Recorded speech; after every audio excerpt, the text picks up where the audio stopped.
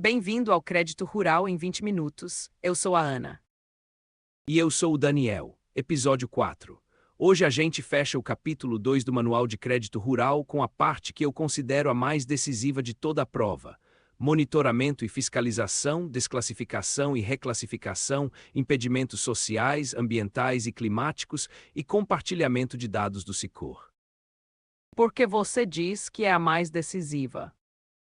Porque é onde o crédito rural deixa de ser um contrato e vira uma política pública fiscalizada. O dinheiro do crédito rural é carimbado, a gente viu isso no episódio 1. Essa parte do manual é o mecanismo que verifica se o carimbo foi respeitado e o que acontece quando não foi.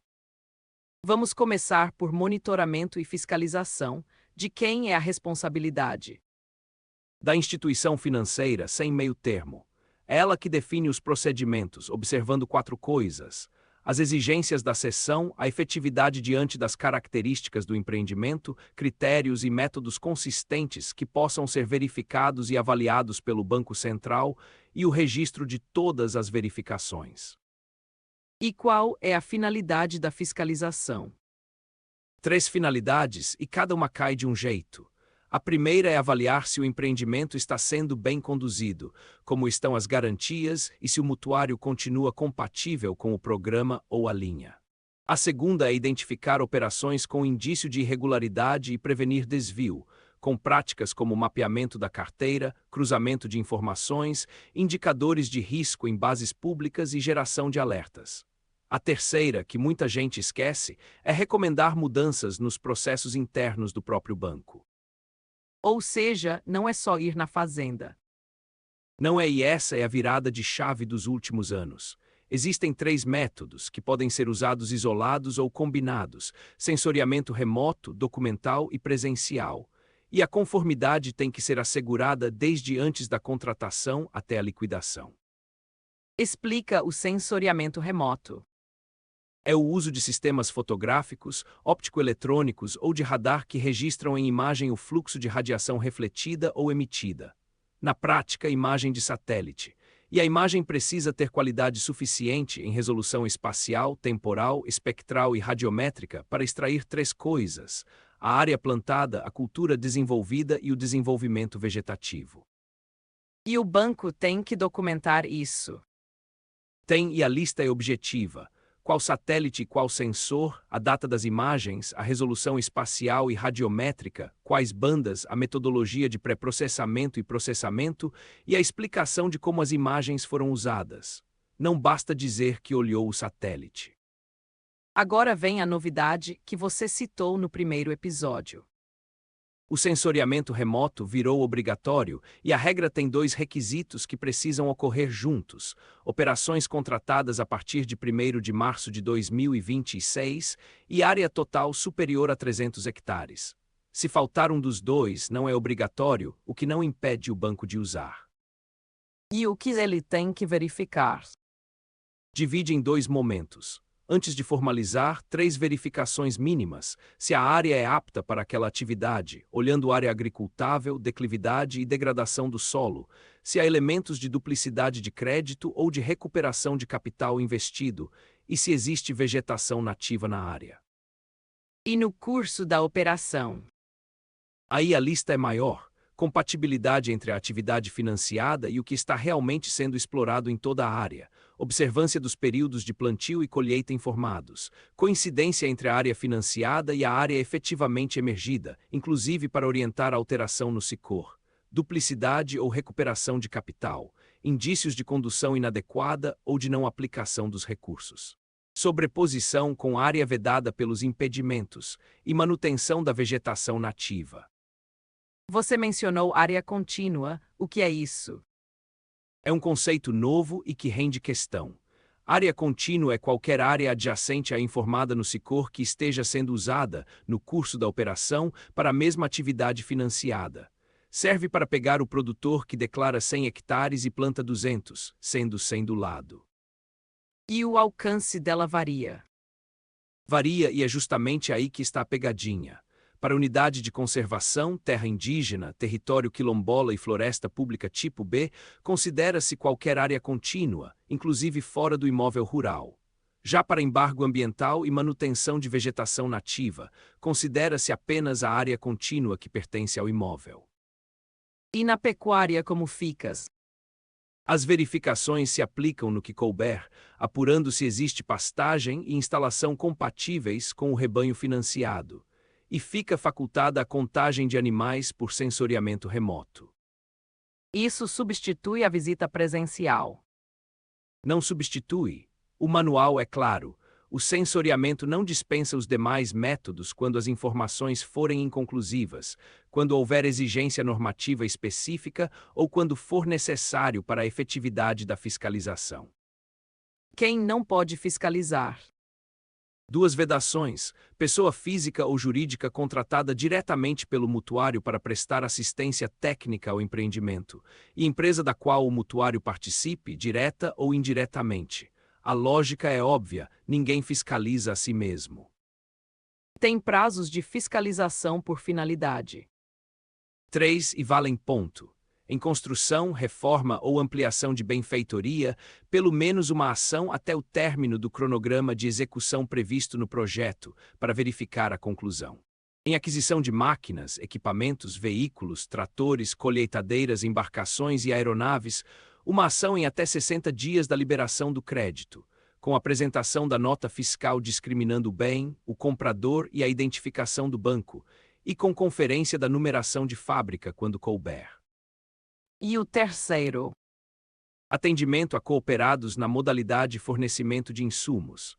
A ação ocorre depois do registro da relação de cooperados no SICOR e até 60 dias antes do vencimento da operação. O banco precisa ter uma estrutura específica para isso. Precisa, e o manual descreve: políticas e estratégias documentadas, metodologia definida, gestão das fiscalizações com reporte e avaliação contínua de efetividade e controle sistemático das contratações, com rotinas capazes de identificar indícios de irregularidade e indicadores de desvio. E como se escolhe o que fiscalizar? Por amostragem, e a amostragem tem que seguir critérios estatísticos, conforme sistemática própria do banco, normas técnicas ou recomendações de órgãos de controle federais. Não é escolher a dedo nem sortear no chute. O banco pode terceirizar. Pode contratar pessoas especializadas e usar fontes externas complementares, mas isso não afasta a responsabilidade integral da instituição. Terceirizar a execução nunca terceiriza a responsabilidade, e essa frase vale para o manual inteiro. E o Banco Central, o que ele pode fazer? 4 coisas que caem em questão. Pode fiscalizar as operações, inclusive junto aos mutuários, desde que haja cláusula explícita no instrumento. Pode determinar que as instituições realizem fiscalizações sem ônus para a autarquia. Pode requisitar a designação de um fiscal do banco para vistoria conjunta. E pode determinar a substituição de uma amostra que considere inconsistente. E quem paga uma fiscalização que não deu certo? Se ela foi frustrada por culpa do mutuário, ou se foi uma fiscalização extraordinária motivada por irregularidade da conduta dele, o mutuário ressarce. Fora dessas duas hipóteses, o custo é do banco e não pode ser cobrado. Vamos para a seção seguinte, que é a consequência de tudo isso: desclassificação e reclassificação. Qual a diferença? A diferença é uma só, e ela responde quase toda questão sobre o tema. Desclassificação é quando houve desvio nos objetivos do crédito rural. Reclassificação é quando houve irregularidade, mas sem desvio nos objetivos. Desvio na finalidade é desclassificação. Erro de enquadramento é reclassificação. Me dá o rol da desclassificação. Aplicação em atividade diversa das previstas na regulamentação. Obtenção de mais de um financiamento para o mesmo empreendimento ou item já financiado. Orçamento de valor superior ao custo normal ou de mercado. Interposição de outros mutuários, inclusive partes relacionadas. Empreendimento em área cujo uso seja vedado. Obtenção por quem não é beneficiário ou está impedido. Crédito para pagar dívidas, recuperar capital investido, favorecer retenção especulativa ou antecipar lucros presumíveis. Crédito acima dos limites mediante documento ou declaração falsos. Aplicação não comprovada. E, por fim, qualquer outra ocorrência que configure desvio. Aquelas 5 vedações do decreto de 1966 reaparecem inteiras. Reaparecem com quase as mesmas palavras. É o que eu falei no episódio 1. Você estuda uma vez e ganha 2 questões. E a reclassificação? 5 casos: crédito acima dos limites por erro operacional, e repare no contraste. Por erro é reclassificação, por documento falso é desclassificação. Crédito incompatível com as características do beneficiário. Empreendimento incompatível com o programa ou linha acessada. Aplicação em empreendimento diverso do previsto no orçamento, plano, projeto ou instrumento. E qualquer outra irregularidade que não seja passível de desclassificação. E o que o banco faz depois de constatar? Em até 60 dias da ciência do fato, 4 medidas. Transferir o saldo em ser. Na desclassificação, sai da rubrica de financiamentos rurais para outra apropriada. Na reclassificação, fica dentro da mesma rubrica, mudando só de título ou subtítulo. Ajustar o registro no SICOR. Cumprir a legislação específica quando houver subvenção econômica ou benefício fiscal. E no PRONAF, comunicar ao Ministério da Área Agropecuária, com cópia ao Banco Central. Esse prazo de 60 dias é para agir ou para investigar? Para as duas coisas, e é um detalhe fino. Durante esses 60 dias, o banco deve realizar todas as diligências para caracterizar a irregularidade. O prazo não é só de execução, é de apuração. E se o produtor pagar a operação antes? Não adianta, a liquidação da operação irregular no vencimento ou antecipada não desobriga o banco de desclassificar ou reclassificar. Essa é uma pegadinha frequente. E as medidas são sempre sobre a operação inteira? Não, elas são proporcionais ao montante aplicado irregularmente. Se o desvio foi de 20% do crédito, a medida alcança esses 20%. E o que acontece com os direcionamentos, aquelas exigibilidades que o banco precisa cumprir? Aqui tem uma distinção elegante. Se a irregularidade foi constatada originalmente pela própria instituição, ela não precisa excluir ou realocar saldos de período anterior à medida. Se foi o Banco Central que constatou, é a autarquia que define os procedimentos. Ou seja, quem se autodenuncia é tratado melhor. É exatamente esse o incentivo. O manual premia o controle interno funcionando. Se o banco achou sozinho e corrigiu, ele não é obrigado a refazer o passado. Se foi pego, o passado entra na conta. Tem um relatório anual nessa seção? Tem, e é data cravada. O banco envia ao Banco Central, até 31 de março do ano civil subsequente, um relatório com a síntese das irregularidades detectadas e as providências saneadoras. Vamos para os impedimentos, são quantos? São 8 grandes bloqueios e o imóvel é identificado pelas informações do Sistema de Cadastro Ambiental Rural. Primeiro, cadastro ambiental rural, sem crédito para imóvel não inscrito ou com inscrição cancelada ou suspensa. Segundo, Trabalho análogo ao de escravo. E aqui a redação é mais ampla que nos outros. É vedada a concessão, a manutenção, a prorrogação e a renovação de crédito rural, inclusive a prestação de garantias e o arrendamento mercantil rural, a quem esteja inscrito no cadastro de empregadores por decisão administrativa final. repara que esse impede até manutenção do crédito já concedido. Exato, e é o único com esse alcance todo. Guarde isso. Terceiro impedimento: unidade de conservação registrada no Cadastro Nacional. Sem crédito para imóvel total ou parcialmente inserido, salvo se a atividade estiver conforme o plano de manejo. E em unidade de domínio exclusivamente público, o impedimento só alcança imóvel cuja regularização fundiária já tenha sido concluída. Quarto e quinto, Terras ocupadas por indígenas e territórios quilombolas titulados. Nos dois casos existe a mesma exceção lógica. O impedimento não se aplica se o proponente pertencer ao povo ou à comunidade que ocupa aquela terra. Ou seja, a regra bloqueia o de fora, não o de dentro. sexto, embargos ambientais. Vedado crédito em imóvel com embargo de órgão ambiental federal ou estadual decorrente de uso econômico de área desmatada ilegalmente, desde que registrado na lista de embargos do IBAMA. E tem uma exceção permanente e outra temporária. A permanente é o investimento com finalidade exclusiva de recuperar a vegetação nativa da área embargada, mediante projeto técnico protocolado e comprovante de pagamento das multas. E a temporárias? Vale até 30 de junho de 2027 e tem uma lista de requisitos cumulativos bem longa. Os que mais querem pagar as multas, protocolar projeto técnico com início da recuperação em até 6 meses da contratação, isolar a área embargada, não usar a área embargada em atividade agropecuária durante toda a vigência, não ter atividade agropecuária na reserva legal e nas áreas de preservação permanente e um teto de tamanho. A área embargada não pode superar 5% da área total do imóvel. Sétimo impedimento.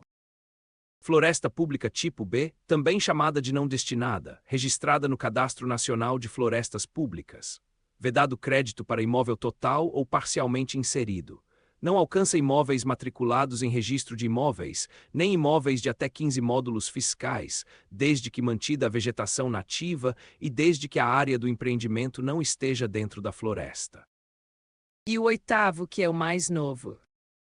Supressão de vegetação nativa. Nas operações com recursos direcionados e controlados, é vedado financiar empreendimento cujo projeto ou orçamento preveja supressão de vegetação nativa. E o banco tem que verificar se houve supressão depois de 31 de julho de 2019. Essa verificação já está valendo. Está entrando de forma escalonada, por tamanho de imóvel, e essas datas caem. 4 de janeiro de 2027 para imóveis acima de 15 módulos fiscais. 1º de julho de 2027 para imóveis acima de 4 e até 15 módulos. E 3 de janeiro de 2028 para imóveis de até 4 módulos fiscais. Repara na ordem, começa pelo grande. Sempre pelo grande é o padrão de escalonamento do manual. E constatada a supressão, o crédito fica condicionado à apresentação de um documento que a justifique, como autorização de supressão de vegetação, autorização de uso alternativo do solo, plano de recuperação de área degradada em execução, termo de ajustamento de conduta com o Ministério Público, ou laudo técnico de sensoriamento remoto sob responsabilidade do banco comprovando que não houve desmatamento após aquele mar. E o contrato precisa dizer alguma coisa sobre isso. Precisa, o contrato deve prever que o descumprimento das obrigações dessa seção durante a vigência pode levar à desclassificação. Ou seja, o impedimento não é só uma checagem na porta de entrada, ele acompanha a operação inteira. Tem uma regra sobre assentamento e território coletivo dentro dos embargos. Tem e ela evita uma injustiça. Em assentamento da reforma agrária, em território de povos e comunidades tradicionais e em projeto público de irrigação, quando o cadastro ambiental rural é do perímetro coletivo, o impedimento não alcança a área inteira.